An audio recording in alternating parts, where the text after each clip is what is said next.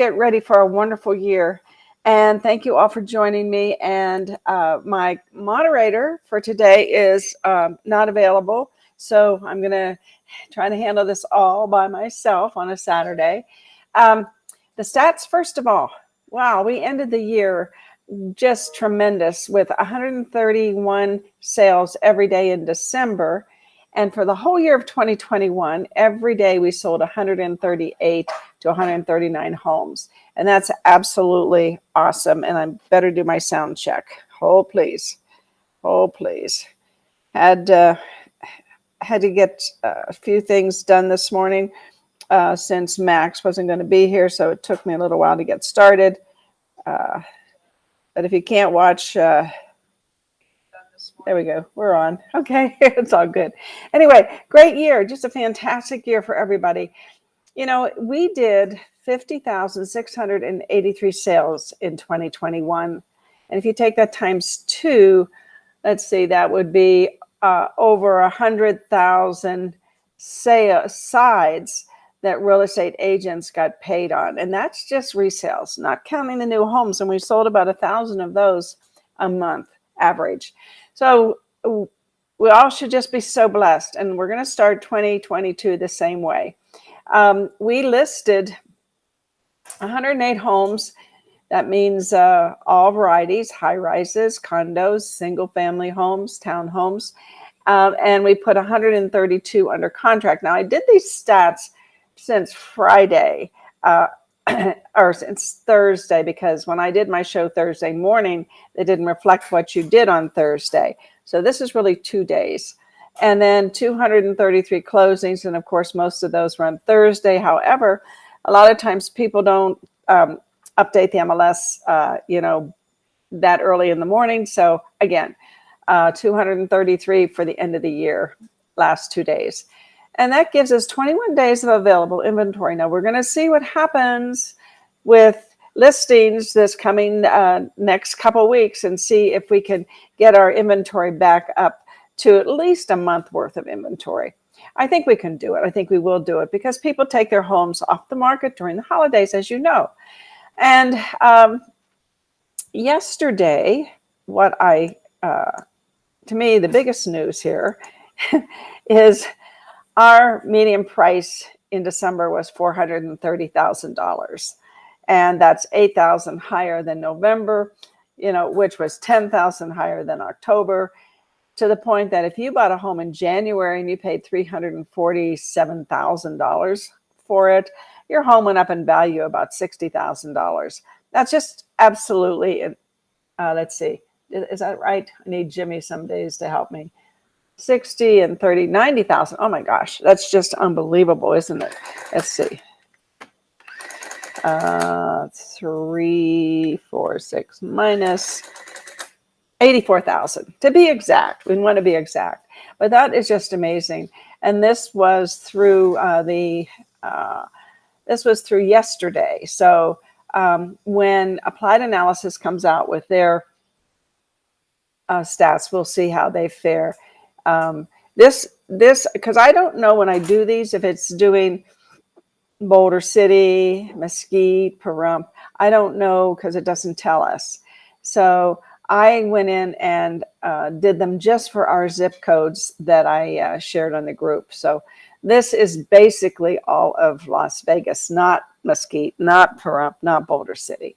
So we'll see. We'll see what Applied Analysis comes out with. And it takes them a week or two sometimes to aggregate all the data. So what is going on in Las Vegas? I'm going to show my screen here. And gosh, there's 22 things that we found that are going to go on in Vegas. And let me make sure, yes, you can see it. I am going to go over here so I can navigate through this and hopefully it'll work. You know me, I'm always concerned it's not going to work. Okay, weekends with Adele. Oh my goodness. Yes, weekends with Adele. Let me go back here for a second and pull up my pictures.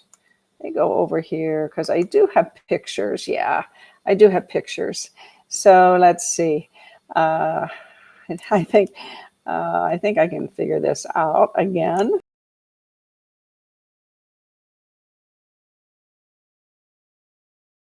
There's the pictures, but we want to show me.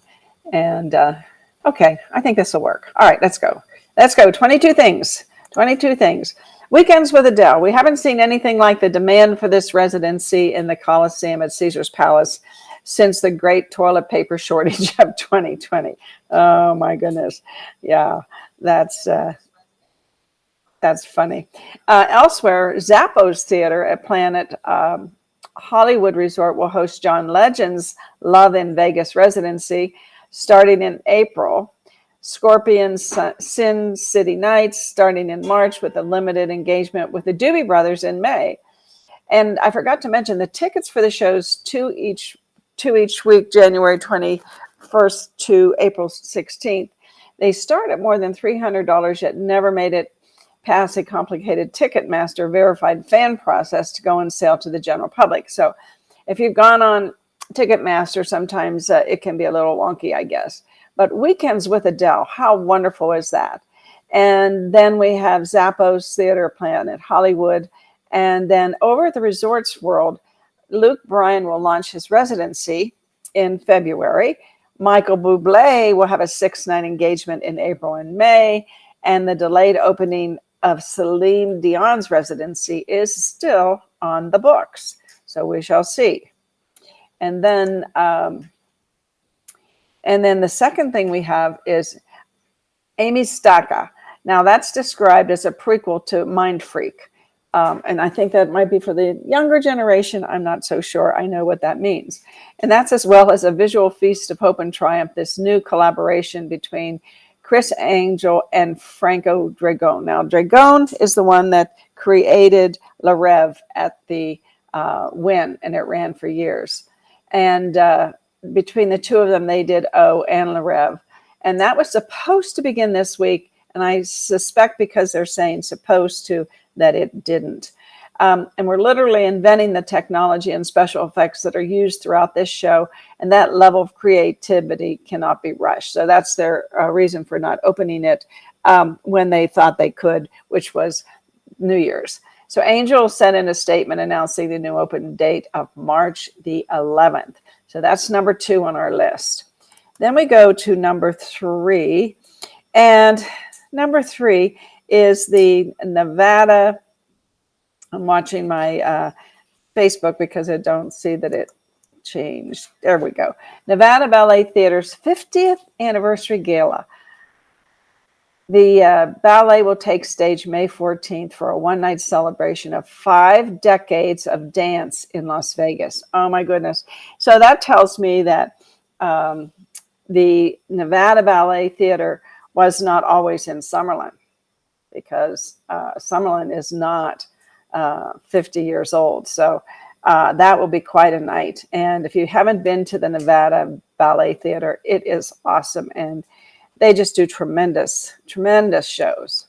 So moving on to number 4, the Smith Center goes lowbrow. And that means as much art as Reynolds Hall gives us each year, from Nevada Ballet to the Las Vegas PhilHarmonic to the Broadway Las Vegas Series. It is always fun when the venue kind of lets its hair down a little bit.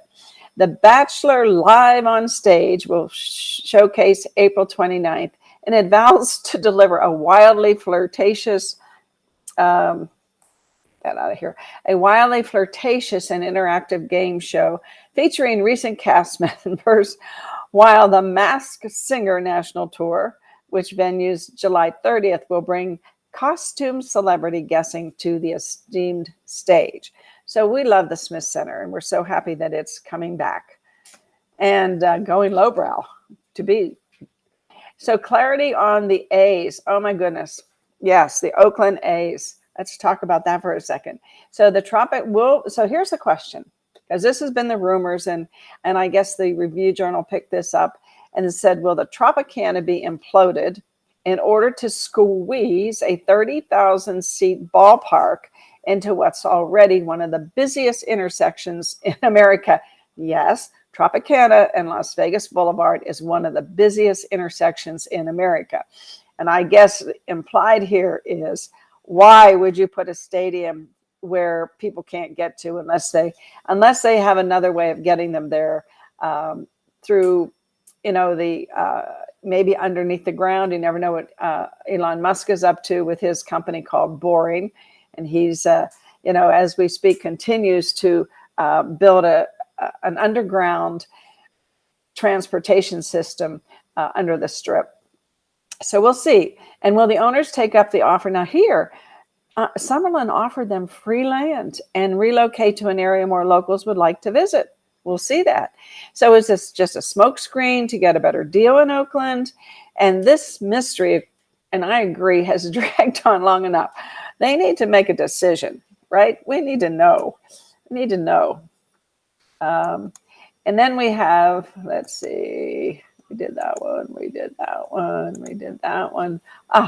More Cirque Du Soleil. With humanity having been a victim of COVID shutdown, the company's retooling that show's theater at New York, and for a Big Apple themed show that's expected to launch in the summertime. That's exciting. And then we have, this is really exciting, everybody. We have the Academy of Country Music Awards. It has bounced around the Strip venues, more than a mid-level musician. And so what's up now? The Michelob Ultra Arena, MGM Garden, T-Mobile, MGM Garden again. But now, after a 2-year pandemic-fueled exodus to Nashville, it's coming back to the Allegiant Stadium, and I just think that's fantastic. And that will move into the Allegiant Stadium on March the 7th. Our city is fantastic, I'll tell you. So many people just planning our future with all these wonderful events. Now, here's something that I'm not familiar with, and it's called Wave In. And it's a BMI festival. And it says the annual Believer Festival is no more because its namesake, the literary magazine overseen by the Black Mountain Institute, is about to publish its final issue. So Wave In now is scheduled for May 5th to the 7th, and it's looking to replace it as one of the Valley's top cultural events. So those of you who participate in that particular festival probably understand what I just said more than I do. And then Lovers and Friends. So it would easily have been the hottest music festival of 2002. As it's one of the biggest additions to the Las Vegas music scene for 2022. Headlined by Miss Lauryn Hill, Usher, TLC, Ludacris, Sierra, Nelly, and Lil Jon, the Lovers and Friends lineup is as deep as any festival around, with names like Juneville, Too Short, Yin Yang Twins in a smaller type at the bottom of the poster. And after the fest was announced for May 14th at the Las Vegas Festival grounds, a second show was added with the same performers on May 15th. So a lot of these things I am going to have to look into, as perhaps you are, just to see more details about it. And then the Kiss Museum. So we have missed out on a Kiss residency, and Gene Simmons, who listed his Henderson mansion for sale just 5 months after he bought it. But the veteran rocker is planning a museum at the Rio. Wow. And it's scheduled to open in March. And that will show off what he says will be hundreds and hundreds of items, including costumes, stage props from his personal collection. And I have to tell you that back in the 70s, I went to see a Kiss concert in Atlanta, Georgia, where I was living at the time. And it was, to me, a little far out. I had some my first husband's family members attended, and they just loved it. They were kids. They just had a blast. I survived. I think that's the first time I ever smelled marijuana. Anyway, guess who's coming back to the Strip? Oh my gosh, Wayne Newton. Would you believe it? The singers, Wayne, up close and personal, is scheduled to move into the Flamingo on January 24th, just 3 weeks away, for his first local performance since March of 2020. He's been headlining showrooms here since 1963, And the Strip hasn't been the same without him. Well, I'm sad to tell you that I never did see him. I think John did, but I didn't. Okay, now let's talk sports. The NFL takeover. It's not the Super Bowl yet. You'll have to wait till 2024 for that. But the NFL is sending its other two marquee events to town, with the Pro Bowl on February 6th and the draft April 28th to 30th. And now, if Max was here, he could tell me, we're going to have the football draft here. I mean, I know we were going to have it, and then they canceled it a couple of years ago, but is this the real draft coming here? That's fantastic. And then making the most of our time with the volcano. If you've been to the Strip, you've probably seen the volcano that's at the Mirage. And we're not sure when the Strip side attraction is going to join the Pirates battle at the neighboring Treasure Island in the annals of Las Vegas. But the hard rockification of the Mirage is coming. So we'll see. We'll see. Something to look forward to. And then the Palms is returning. The off-strip resort unveiled its $690 million casino-wide renovation. Do you hear what this is saying? They spent $690 million renovating the Palms. Wow. And then it was shattered for the pandemic. And it hasn't reopened yet. So after buying the Palms at a discounted price of $650 million, San Manuel Band of Mission Indians plans to reopen the one-time celebrity-friendly casino sometime in the spring. And I'm sure he's got lots of things planned, because they're dubbing it the celebrity-friendly. So we shall see. And then we have a new hotel, and it's called the English Hotel. And the 74-room boutique hotel will boast floor-to-ceiling windows, custom silky robes, and what it calls the Michelin star quality room service. And along with the hotel's Pepper Club is part of the food and beverage program, which will be chefed by Todd English. It's scheduled to open in February at 921 South Main Street in the Arts District. I bet that's just going to be just really incredible. And then the Beverly Theater. Lots of culture in our town. I can remember when John and I were selling real estate back in the 90s, and people said, well, you just don't have culture here. Well, that has changed. That has really changed. And even we defended it back then, because we did have the ballet, and we did have some other theater events around town. And even at, and I'm trying to think, it was at one of the convention centers where, we saw, what did we see? Phantom of the Opera, which, so there were places around here that were having culture, but we weren't known for it. So the Beverly Theater is finally about to join the ranks of film-loving burgs such as Tropicana, Pennsylvania, Manistee, Michigan, with its own dedicated art house cinema. Now, I'm not really familiar with most of those things, I'll tell you. I'm just kind of did a little research and reporting to you. And if you want to dig deeper into it, I'm sure you can Google the Beverly Theater. But it'll include a 150-seat main theater to showcase independent movies, as well as a terrace and a courtyard for more intimate performances and gatherings. And it's sponsored by the Rogers Foundation. And again, I don't know what that is. And the Beverly Theater is scheduled to open in the fourth quarter downtown next to the Writer's Block. So if you can see, some of these venues are going down in the downtown area. So I think that that's going to start a movement there. And our downtown's probably going to be really, really going to kick up a notch. And now this is strange. It's called the Dollar Loan Center. And it sounds just like another massive payday loan shop, but it isn't. It should be the Dollar Loan Center.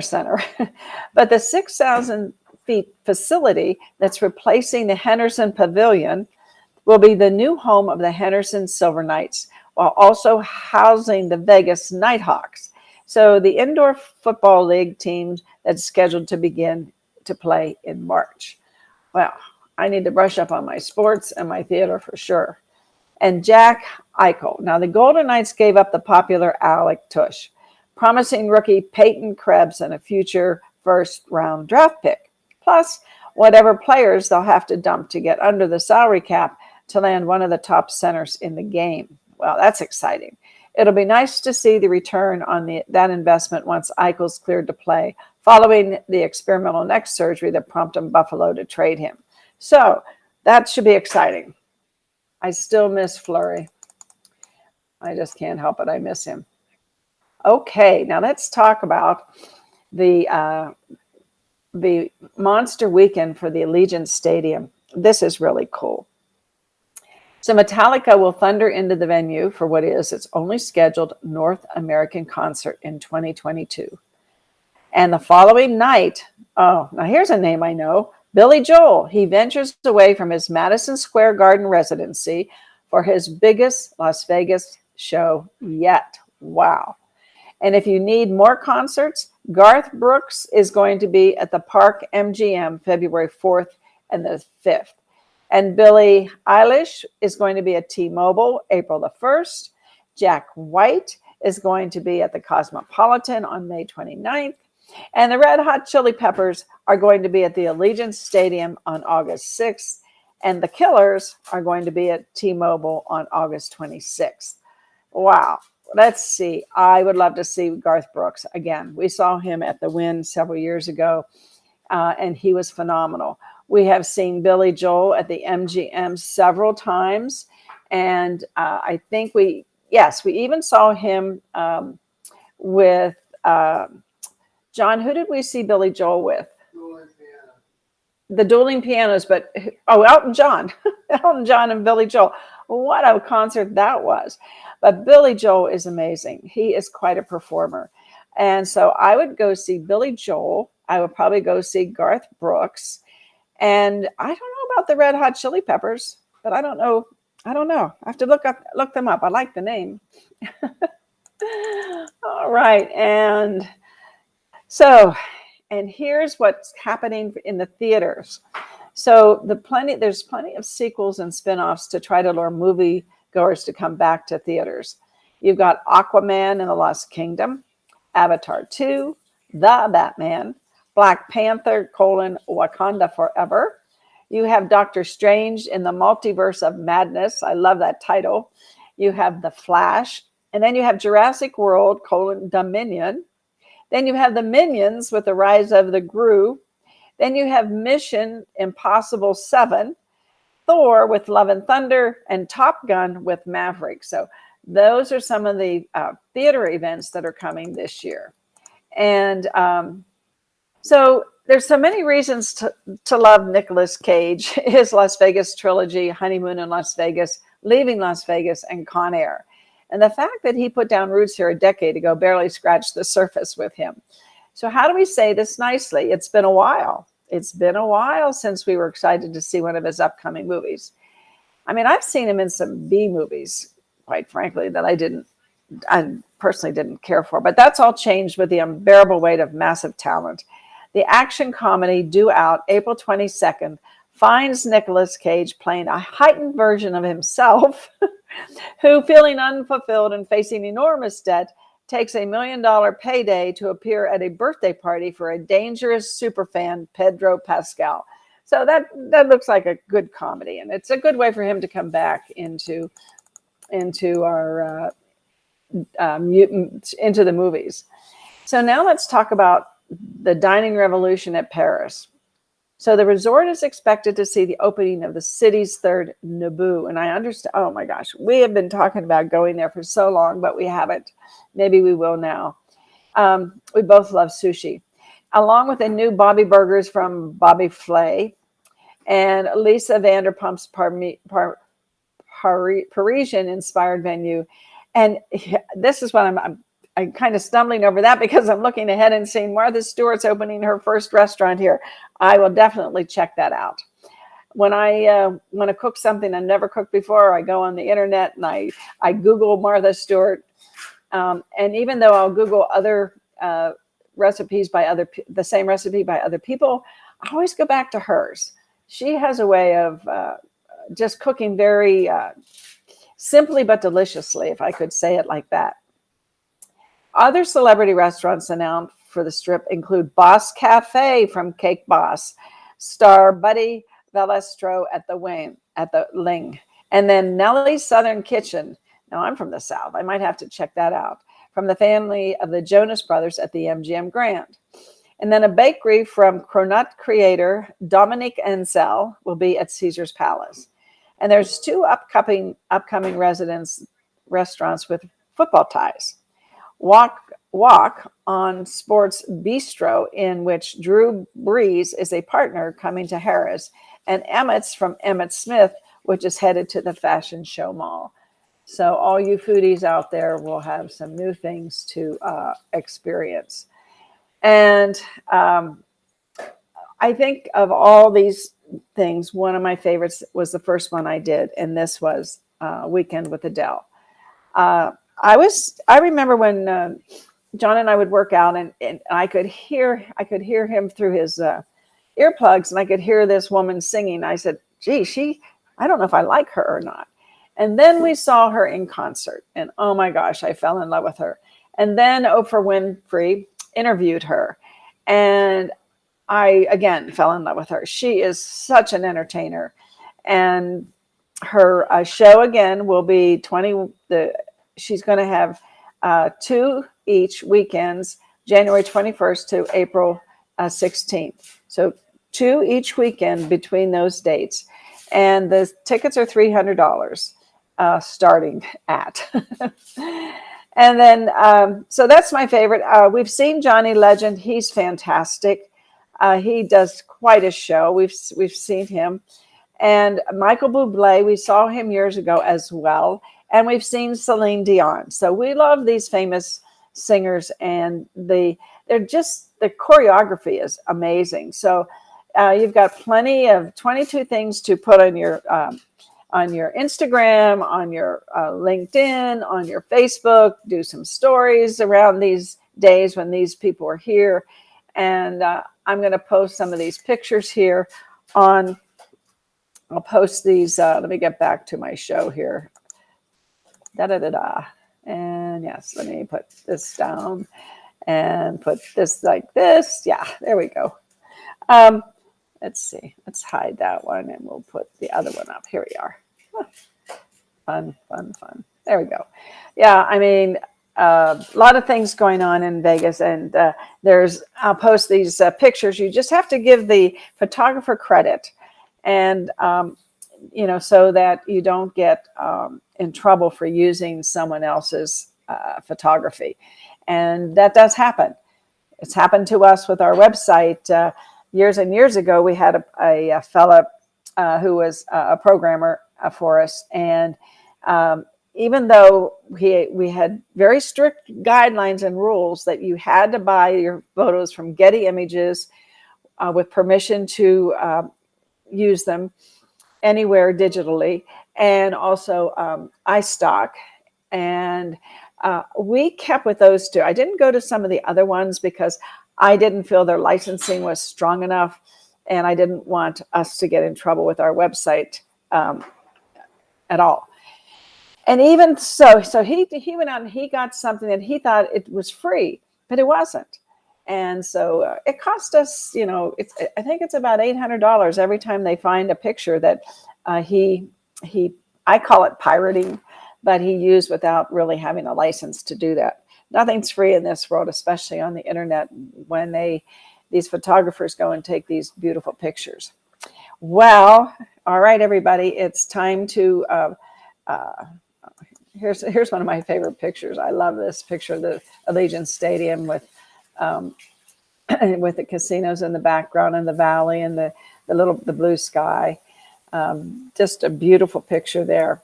So everybody, go win the day, right? We're going to win the year. We're going to make all this happen this year, and we're going to get a schedule, and you're going to get organized, and you're going to be accountable to yourself or accountability partner. So we've got lots to look forward to this year. I just want to take one quick moment and thank all the guests who showed up for us. Jimmy, big shout out to Jimmy Degg, who showed up many, many times during the week. He wasn't the weekend guest, but he showed up many, many times during the week, and that was great. And I mean, we've had, and of course, my moderator, Max, unfortunately, he can't be here today. But I don't think he missed more than 2 or 3 Saturdays just because he wanted to take his kids on a vacation to Lake Tahoe, things like that. And then we had Sheila Merrill, the lending lady. Thank you so much. And we had Susan Lader and with reverse mortgages, and we're going to do a class with her, I think, in January. And we have Mark Kahn. He's a great lender as well. We love the lenders and we love the different takes. They all have different programs and they educate us all in a different way, which I really love. My husband just turned the water on. And I can hear that, honey. The whole world can hear it. So anyway, lost my train of thought. Who else did we have? So many. Oh, Steve Wolf, the broker, Remax broker in Los Angeles, updating us on, the state of Los Angeles and the homelessness and the propositions that were going on. Thank you so much. And David Cyril out of Florida, broker in Florida. Michelle Balassaro, who from Boca Raton. She's so Boca. She's got a great following on Clubhouse, I understand. And Pinky Knows Naples. Pinky teaches us video and keeps us entertained. She has such a great imagination and she's so creative with her videos and gives us something to look at and see if we can't do it. Erin Mills, who was on the show, thank you so much, Erin. Marie Herod was on our show with is she with First American now? Title company? Oh, excuse me. I forget. I think you are. Anyway, and let's see, we had Cammie Mosley, who went from selling home warranty to becoming a horror writer, and she's doing fantastic, and we'll have her on again. And we had, of course, Annetta Rapogel, who is full of energy and just gives us all, she gives us all something to strive for. Just like Erin Mills, 2 agents that just absolutely continue to knock it out of the ballpark. And Aaron Taylor, who is, he did 25 deals in this month.